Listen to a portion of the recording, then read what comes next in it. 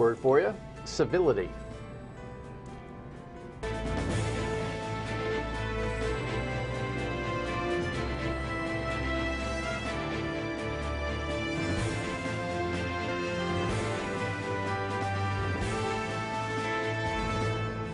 The Dan York State of Mind program is brought to you in part by Lookout Rhode Island and Taco Comfort Solutions. Happy Thanksgiving to you. You're watching this program on Friday evening and Sunday evening after Thanksgiving in its original airing. It might get another run or two for sure, but holiday production being what it is, we recorded this program last week, so I have no specificity of news items to dig into because the world moves at not news cycles anymore, but fractional news cycles, right? But it also gives me a chance to just kind of sit back and have a conversation with somebody. And I got a book dropped to me. I'm not a big book guy on radio or TV. You know, you really have to kind of catch my attention in a weird moment for me to bring on an author, because it's not my thing. But the other day at the radio station, a book was dropped to me, and I looked at it and I said, my goodness, if this subject matter isn't appropriate now, I don't know when it ever will be. So take a look at it. The book is called A Return, well, you can read, A Return to Civility and a Path to Get There. I'm not sure where the drumsticks come in, but we're going to find out from our guest. The subtitle, An Exploration of Responsibility, Accountability, and Compassion. David Medeiros joins me on the broadcast, and we're just going to shoot the breeze here for the bulk of the show and figure out how we can get back to a path of civility. Welcome. Happy Thanksgiving. Thank you, sir. Thanks for coming in. My pleasure. What are the drumsticks about? I was a drummer for a professional musician for 20 years. So I played about 10 years in a band called Steve Smith and the Nakeds. I think I heard of them. Yeah. Just a little bit. And then after that, I left the band and I decided to go back to school. And I played in smaller bands for the next 10 years and put myself through college from that point. But I didn't go back to school until I was almost 30 years old. Wow. Good for you. So, and your degree is in what? Psychology. I'm a licensed independent clinical social worker, so that's a psychotherapist providing therapy for folks. Okay, should I lie down? You could, and tell me how you feel. And at the end, I'll say, you want to shovel my driveway, and that'll make you feel warm and a sense of self-efficacy. Yes. It's like, oh my goodness. Oh my goodness. The world needs to shrink perpetually right now. Am I overstating it? You seem to be a contemporary of mine in terms of age. I mean, are we in the most contentious, polarized, and difficult place that we've been in our lifetimes? I feel absolutely. Maybe almost in the history of the country. Are you treating patients? Do you do therapy? Do you have office hours? Is that so? Are you seeing a manifestation of all of that landing in the personal lives and stories of people? Very severely, yes.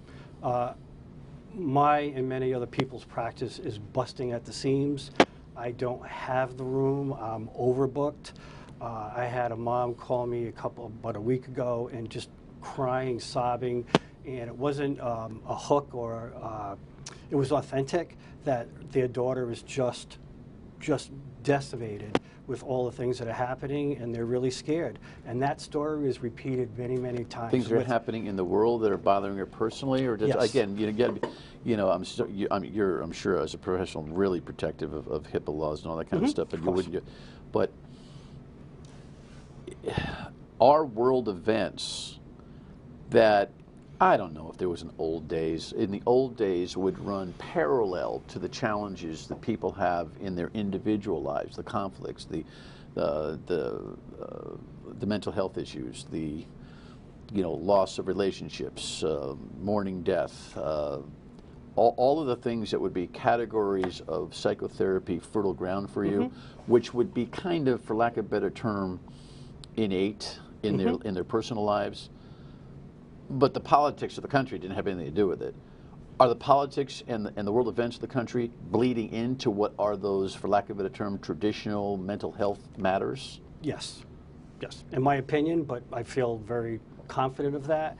So one reason I wrote the book is because long before, but then especially in the last 4 years, that what I started to have this feeling of alarm and actually like a physical distress about the lack of civility that was starting to happen or was happening, and how it was being eroded and actually in many cases abdicated. And when I look at civility, if I were going to use like Lincoln's analogy of the house, a house divided cannot stand. So I think of civility as the house, and it stands on a foundation of universal truths, values, principles like dignity, respect for all people, do unto others, responsibility. So when you see civility starting to be shifted, it's not just the civility, it's the foundation that's really being undermined. And I've really seen that being undermined in a very systematic way.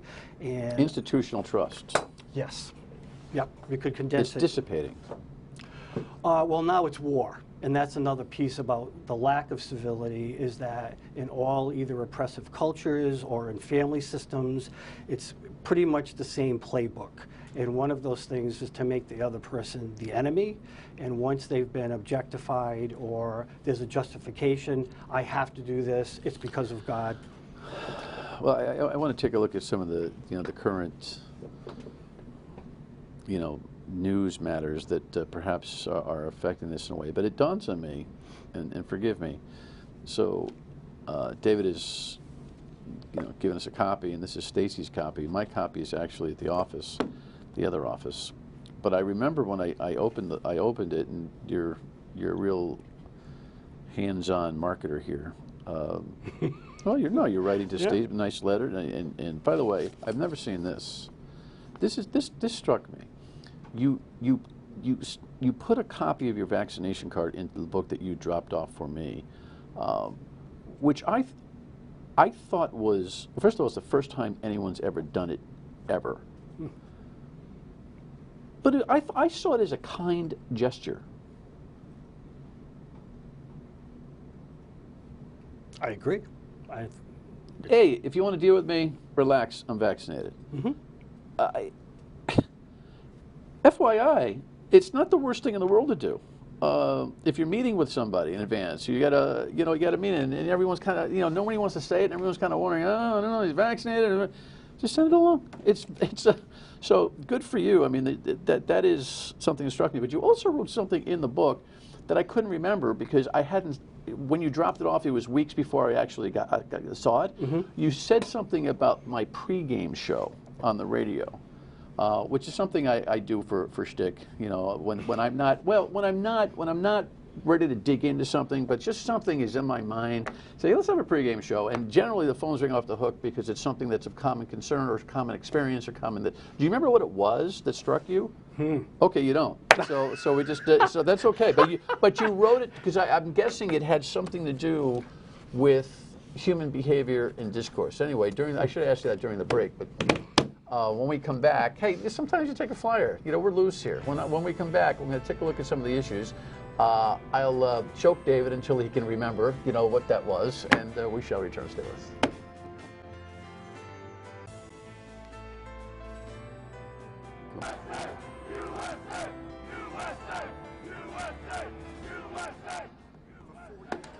Yeah, so that guy got 41 months, by the way.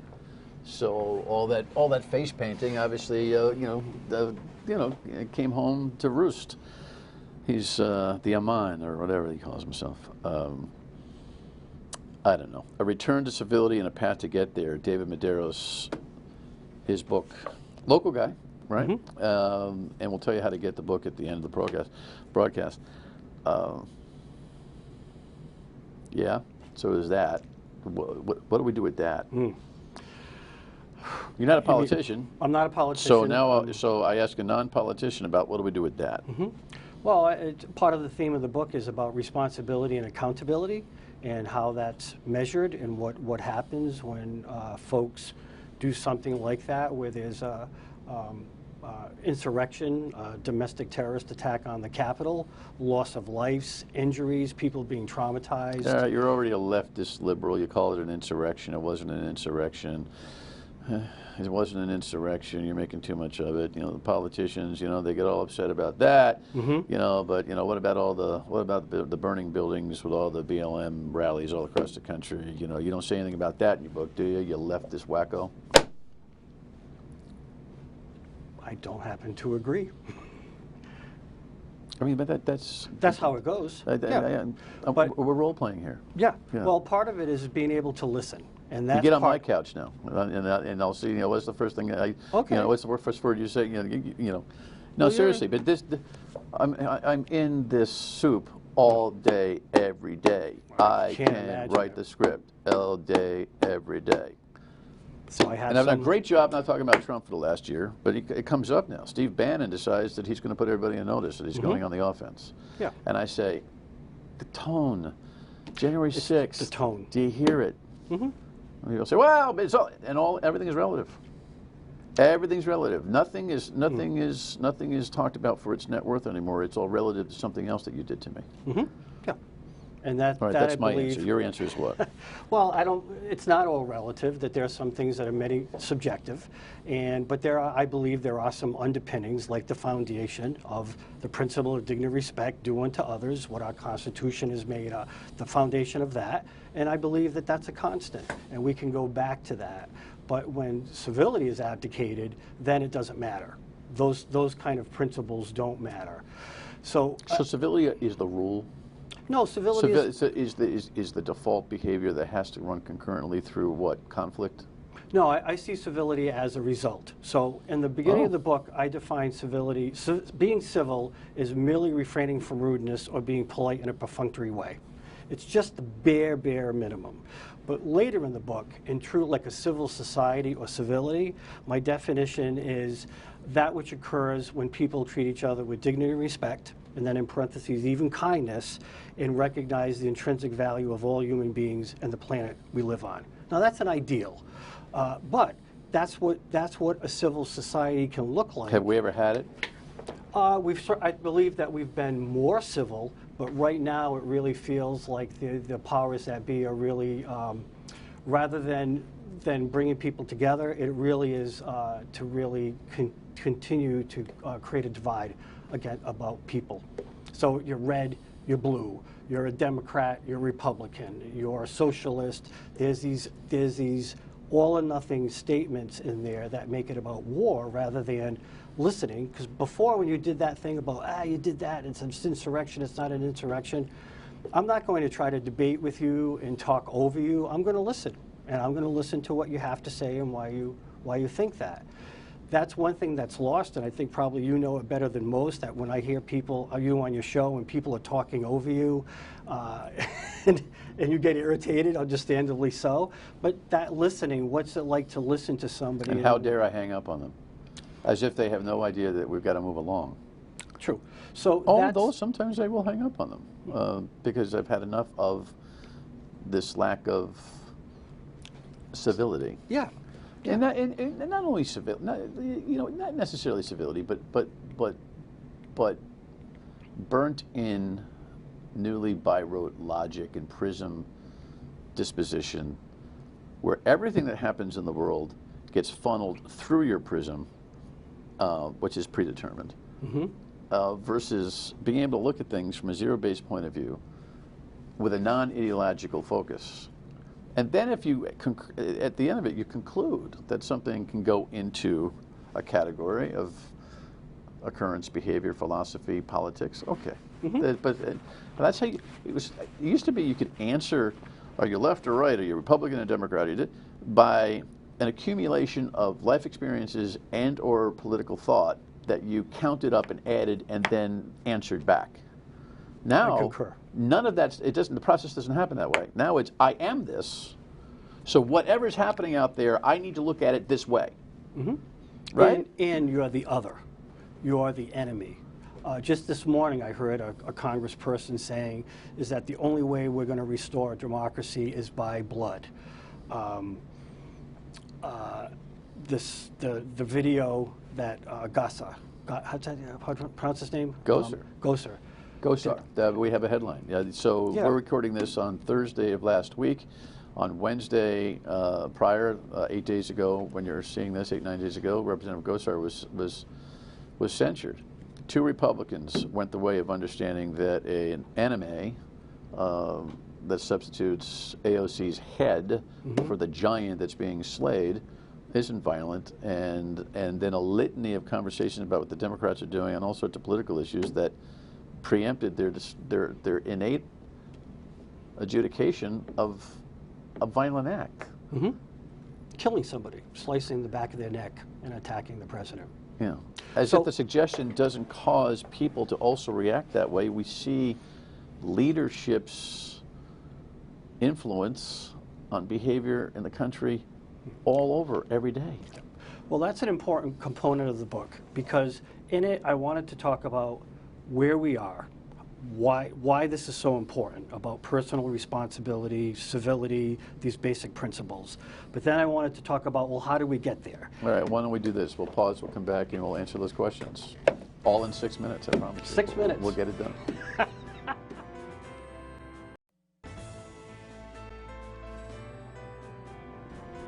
A return to civility and a path to get there. You know, it's kind of interesting. I'm thinking during the break that the headline is intriguing to me, but it actually suggests, David, that there's an interest in return to civility. You know, if I was marketing your book, I might have said, do you want to return to civility? And I'll show you how you can get there. Seriously. Yeah. When I'm laughing, I'm not laughing at you. I'm thinking, oh, that would have been a good thing, maybe. Yeah. Yeah. Well, you can always do a rewrite. There we go. It's not criticism. I'm just saying, you're suggesting that people want to. I believe they do. Okay. It's Why? Because it's very hard if you went up to anybody. I've worked in domestic violence. I've worked with 800 people that have been arrested and convicted of some really horrible stuff.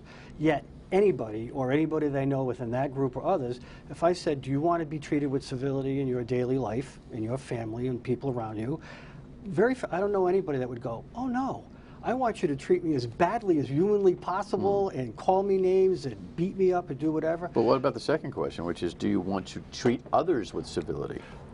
There you go. And then what prevents that? So that was part of the book, is that talking about why it's so important, the how do we get here? So I use 3 examples.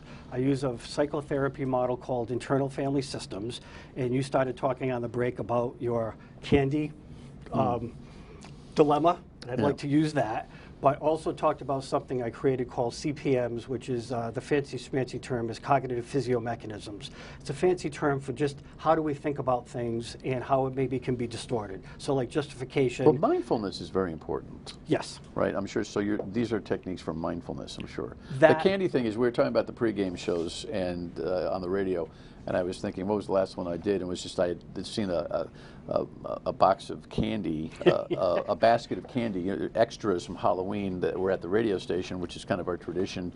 And I looked at them and I went, oh my God, Snickers, Three Musketeers.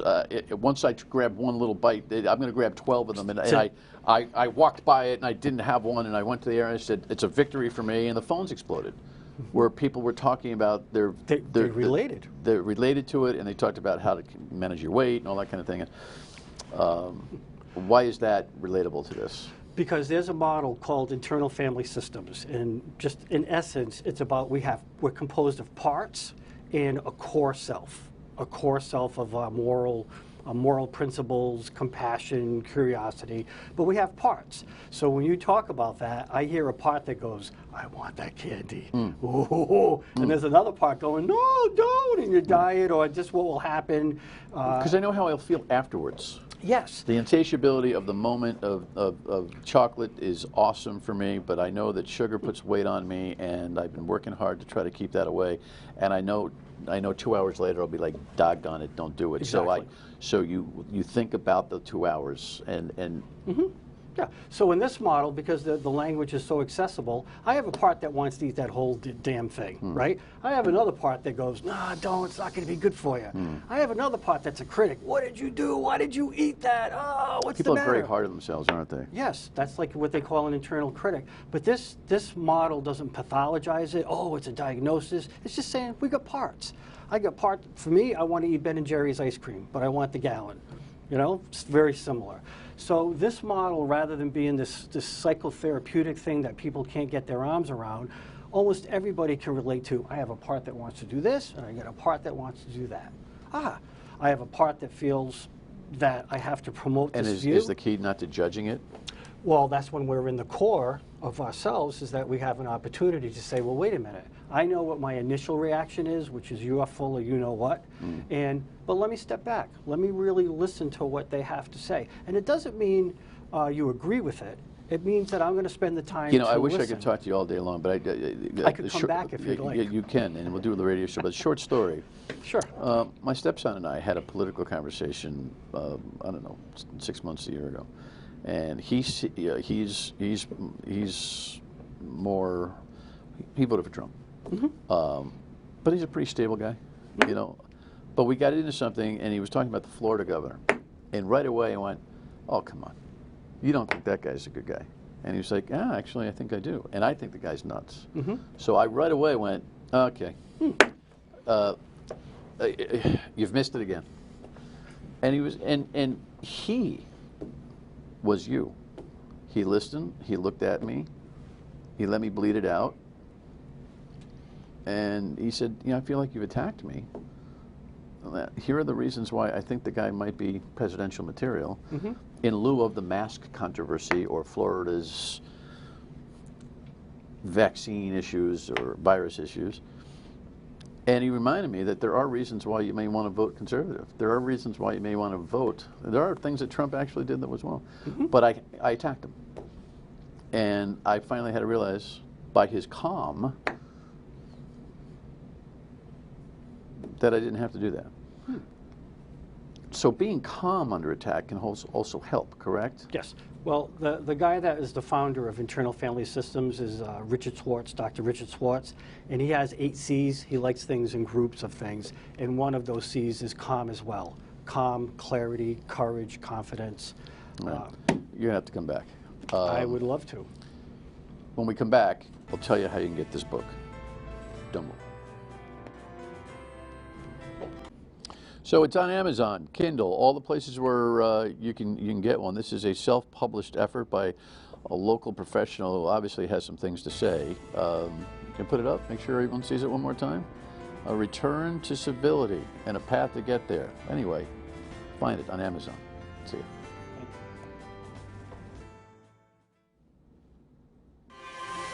We all right?